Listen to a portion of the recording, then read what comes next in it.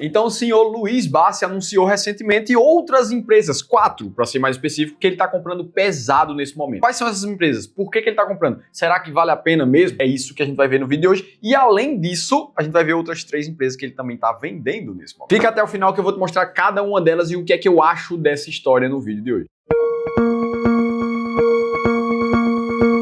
Pô, vamos lá, e a verdade é que toda vez que o Luiz Bassi fala alguma coisa que ele tá fazendo na carteira dele, isso acaba chamando a atenção de todo o mercado. Porque afinal de contas, a gente não tá falando de qualquer pessoa, a gente tá falando do maior bilionário pessoa física da Bolsa de Valores. E pra quem já acompanha o Bassi sabe que não é nada incomum ele fazer certas reformulações na carteira dele, vendendo uma ação aqui para comprar uma outra ali. Se a gente for olhar só pro histórico desse ano, a gente já encontra umas 3 manchetes ali como essa. Mega investidor Bassi revela as ações que ele está comprando e vendendo, isso em janeiro de 2024. Já em junho ele anunciou ali a venda das ações da ES Brasil, além de ter anunciado também suas vendas nas ações da Ultrapar e por aí vai. Então assim, isso acontece com certa recorrência. Vamos ver aqui quais foram as ações que ele vendeu nesse momento. Então a primeira ação vendida foi a Cielo, de código CIEL3. E se a gente for olhar para os principais dados dela ali no Investidor 10, a gente vai ver uma alta de praticamente 61% nos últimos 12 meses. E para quem não lembra, o Bassi na verdade começou a comprar as ações da Cielo pouco mais de um ano atrás, na metade de 2023. E essa empresa aqui que vai ter que ser vendida uma vez que ela vai fechar o capital na bolsa por causa da oferta de OPA que ela sofreu e vai precisar realmente parar de ter ações negociadas em bolsa. Só que um ponto muito interessante sobre essa ação específica, sobre a Cielo, é que ela já foi uma ótima pagadora de dividendos na bolsa. Para quem não lembra, ela já chegou a custar mais de R$30 na bolsa ali cerca de 2016. Só que ela começou a perder uma grande fatia do mercado de pagamentos aqui do Brasil, que é o mercado que ela atua. E justamente por isso ela despencou mais de 92% nos anos seguintes. E aí imagina o que aconteceu com um investidor que não tem uma estratégia muito bem correta de comprar e vender um ativo na hora certa. Principalmente para aqueles investidores que acham que tem que comprar as ações para carteira e deixar ali meio que para sempre. Certamente teve gente que fez isso com a Cielo, afinal de contas ela era muito bem falada em 2016, mas certamente essas pessoas não estão falando que fizeram isso na internet. Então o ponto aqui é que o Bassi, por exemplo, sabe muito bem que você precisa ter uma estratégia claríssima que te diga a hora de comprar e a hora de vender uma empresa. Então a próxima empresa vendida foi a Sabesp,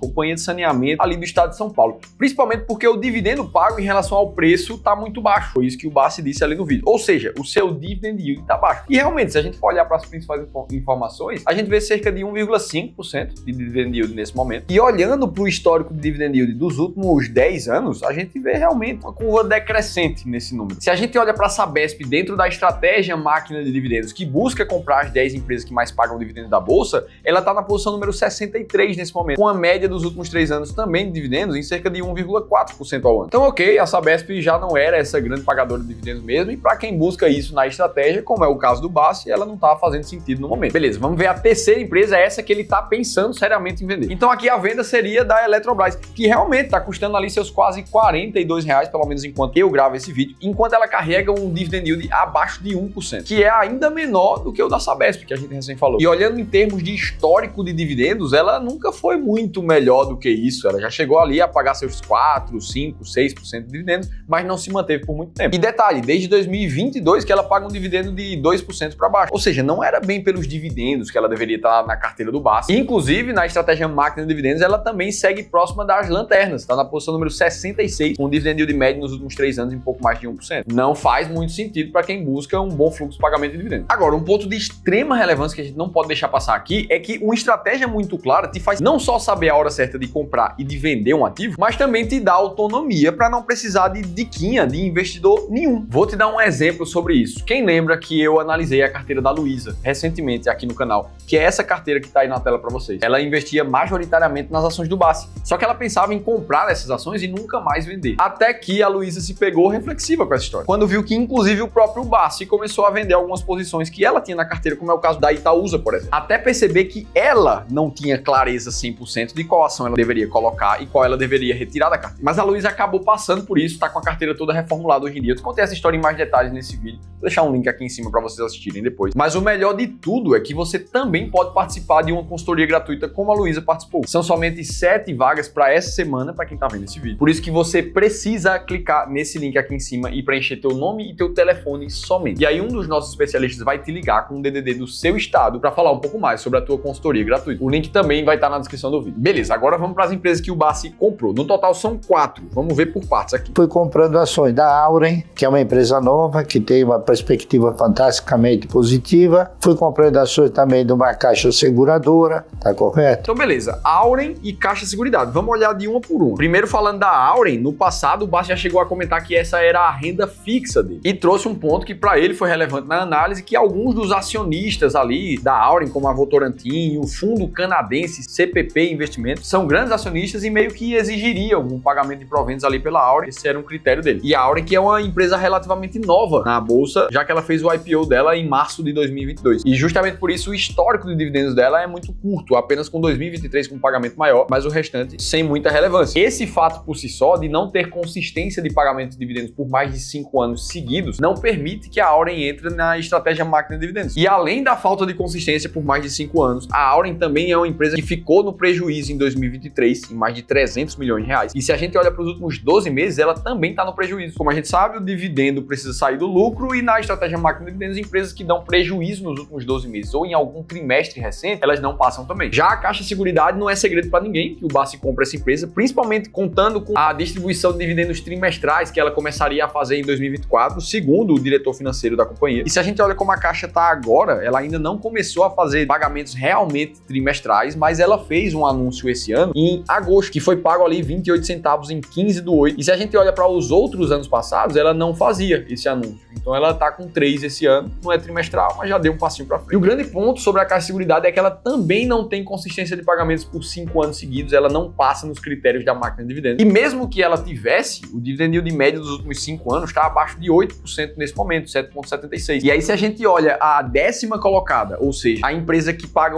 o menor dividendo dentro da estratégia máquina de dividendos, a gente tem mais de 8,7% ao ano, ainda assim maior do que a média da Caixa Seguridade. Inclusive, se você quiser conhecer 7 empresas que estão dentro das 10 mais pagadoras da bolsa nesse momento, segundo a estratégia máquina de dividendos, você precisa baixar um e-book que eu mesmo escrevi te mostrando tudo isso. E ainda detalhando de como os critérios da estratégia máquina de dividendos foram desenvolvidos. Vou te deixar um link aqui em cima ou na descrição do vídeo para isso. Dito isso, vamos para as próximas 2 empresas que o Bassi comprou. Papel, eu estou comprando mais uma instituição financeira. Eu estou comprando ações de um banco chamado Banco Banrisul. Banrisul é um banco do Sul, é um banco regional e, se vocês não sabem, no Brasil hoje existem somente 5 bancos estatais regionais e o Banrisul é um deles. Beleza, Banrisul, BRSR6, o banco aqui do estado do Rio Grande do Sul, que o Bassi comprou por pagar dividendos aceitáveis, como ele disse. Outra coisa que ele comentou que me chamou a atenção é que ela custa o dobro da cotação da Cielo, mas para ele não tem problema. Cielo custava ali cerca de R$6,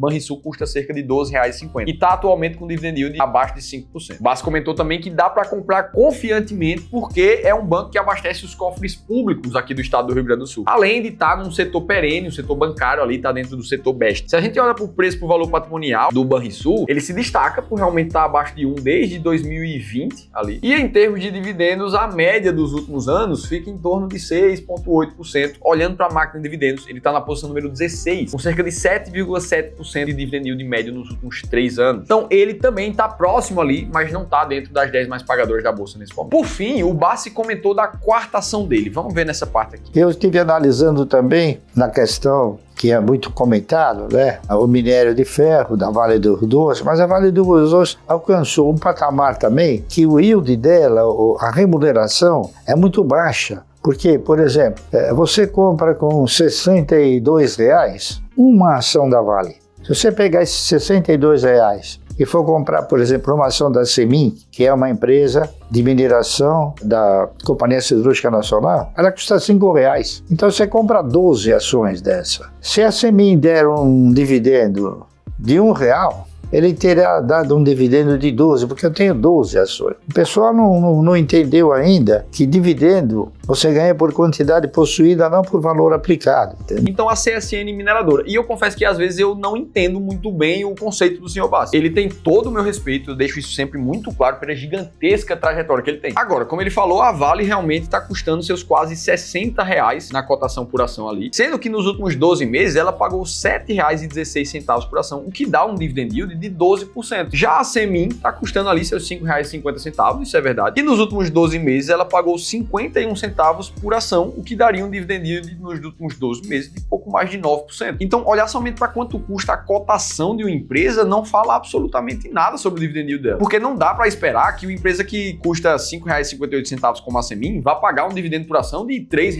por ação e dar um dividend yield muito alto. Além disso, na comparação entre Vale e Semin que o Bassi fez aqui, o preço da cotação foi importante para ele tomar a decisão. Mas no caso da Cielo e do Banrisul, que ele falou alguns segundos antes do vídeo, não foi tão importante assim. Então são critérios diferentes para tomada de decisões que são similares. Isso para mim não faz muito sentido. Se a gente olha para a Semin, segundo a estratégia máquina de dividendos nesse momento, a gente vai ver que ela não tem consistência ainda de pagamentos por mais de 5 anos, já que ela fez o IPO ali em 2021, apesar da média de dividend yield dela nos últimos anos ser bem alta também, ali em cerca de 13%. Agora, já a Vale, em termos de dividend yield nos últimos 3 anos, ela está em mais de 13%, essa sim estando entre as 10 mais pagadoras da bolsa nesse momento. Então assim a gente fecha e compreende o que é que o Bassi está enxergando do mercado nesse momento, tanto em termos de venda quanto em termos de compra. E no fim de cada posição eu te mostrei o que é uma estratégia sistemática, ou seja, 100% baseada em dados e não o que a gente acha e o que a gente projeta para o futuro, e enxerga sobre cada uma das posições. Agora, se você quiser conhecer o caso do Gilberto, um milionário com quase 7 milhões de reais na carteira, que está com mais da metade desse dinheiro em caixa, esperando a próxima grande crise que está chegando no Brasil, você precisa assistir esse outro vídeo aqui que eu te contei tudo isso em detalhes, estou esperando por lá.